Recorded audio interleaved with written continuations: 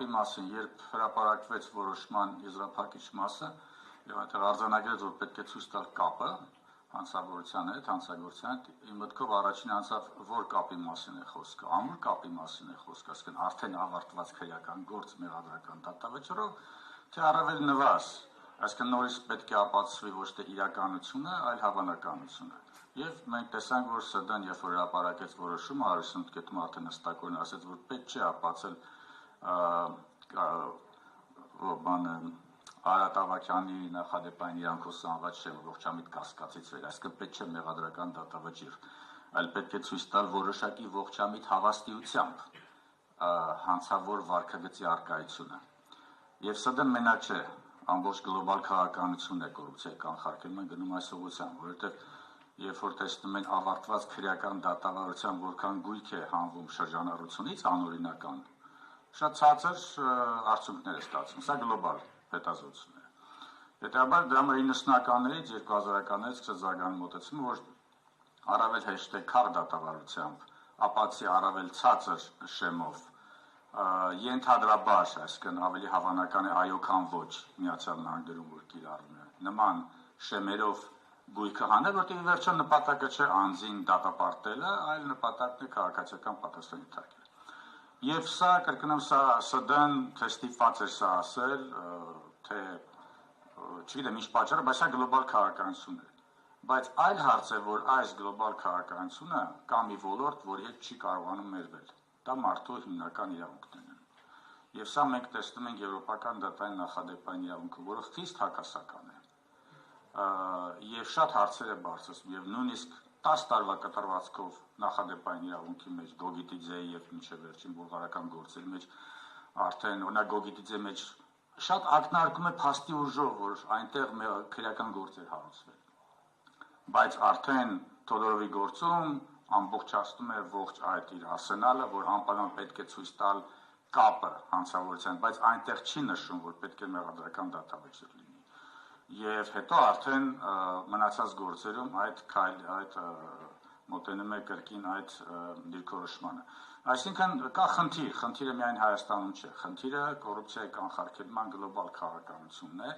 որը չի համակերպվում մարդու իրավունքի հետ, եւ այն գործիքները, որ բերված է անգլոսաքսոնական համակարգից, դժվար են համակարգում մայրցամաքային եվրոպական իրավունքի հետ։ Եվ ես տեսնում եմ միեդի ճիգերը, ինչ որ կերպ կոմպրոմիսների գնալ, չէ՞ որ միեդը ստեղծել է 40 տարվա նախադեպային իրավունք, օրինակ, որ չի կարելի զուգամիտել քրեական գործը քաղաքացիական գործի հետ, առավելևս չի կարելի քրեական գործից բերել նյութեր եւ դնել գործի մեջ, առավելևս չի կարելի գաղտնի պայմաններով ստացված օպերատիվ տվյալները կիրառել քաղաքացիական պատասխանատվության ենթարկելու համար, որովհետև անձը այդ գաղտնի եղանակով ստացված տվյալների դեմ չի կարող պայքարել քաղաքդատավարության գործիքներով, որովհետև քաղաքդատավարության գործիքները չափազանց պրիմիտիվ ու չափազանց բութ են, որպեսզի կարողանան պայքարել հանցավորության մեջ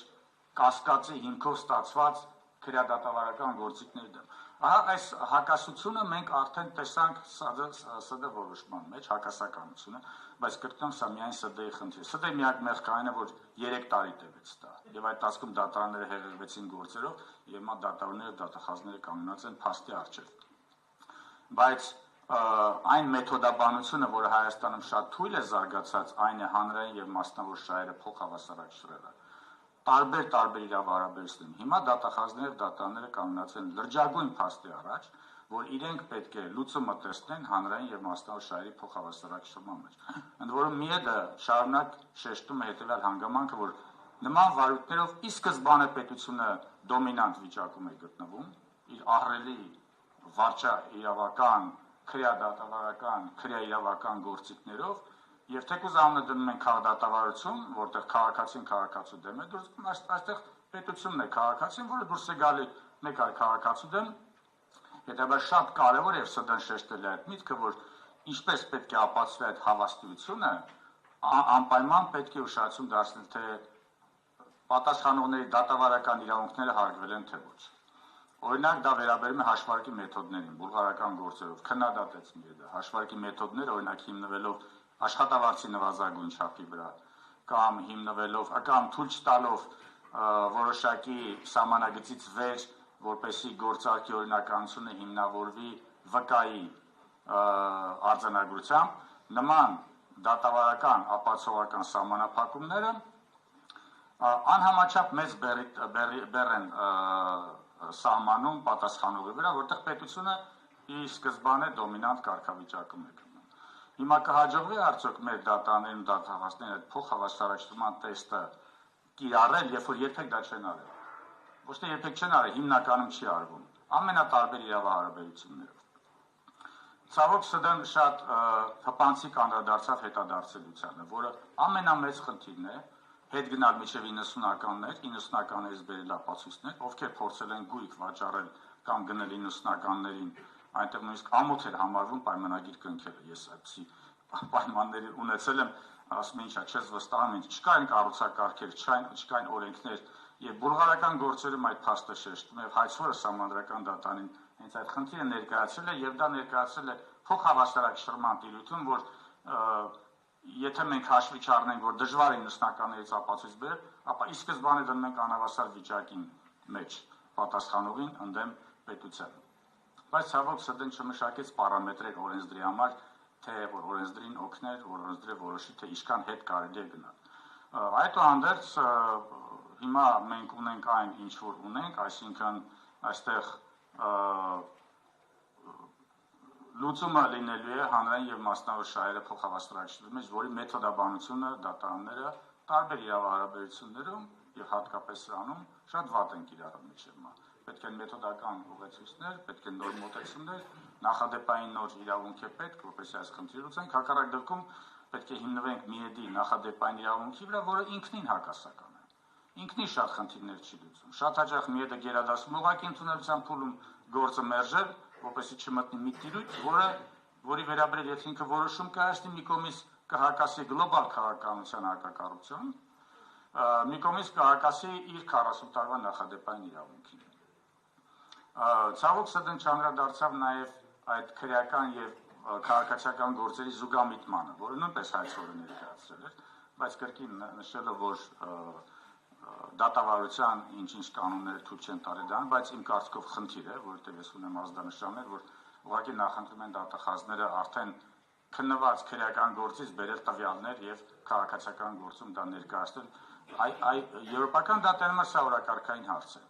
Համարում է սա քողարկված քրեական հետապնդում։ Շատ կուզենայի, որ սահմանադրական դատարանը խորացված սրա վերաբերյալ պարամետրեր մշակեր, այդ չի նվենք եվրոպական դատարանի նախադեպային իրավունքի վրա, որտեղ գործերի քննությունը համընկնում է, զուգամիտում է, որտեղ բովանդակությունը զուգամիտում է, որտեղ տեսնում ենք տենդենս քաղաքդատավարության փրկել ձախողված քրեական դատավարությունը, սա քողարկված քրեական հետապնդում է քաղաքացիական դատավարության շղարշի ներքո։ Ցավոք սրտի սրան չանդրադարձավ։ Հուսով ենք, որ ապագայում մանավանդ օպերատիվ տվյալներով գործերի շրջանակներում սրան կանդրադառնա։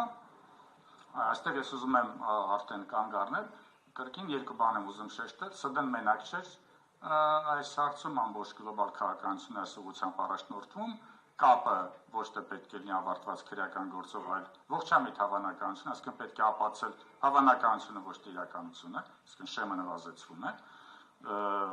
Եվ երկրորդ լուծումը պետք է տեսնել, թե որքանով է պատասխանողի դատավարական արտակարգ իրավունքները դատարանում հարգվում, եթե չեն հարգվում, ապա ինքնին արդեն անհամաչափ ծանր բեռ է դրվում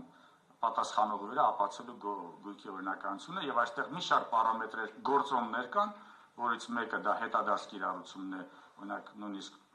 գյուղարական գործերում 10 տարին արդեն համարվում է խնդրահարույց, մենք ունենք 33 տարի փաստորեն հետ գնալը, ապացույցի կանոններում սահմանափակումները արդեն համարվում է խիստ խնդրահարույց, հաշվարկի մեթոդները համարվում է խնդրահարույց, որքան գիտեմ դուք բոլորդ այս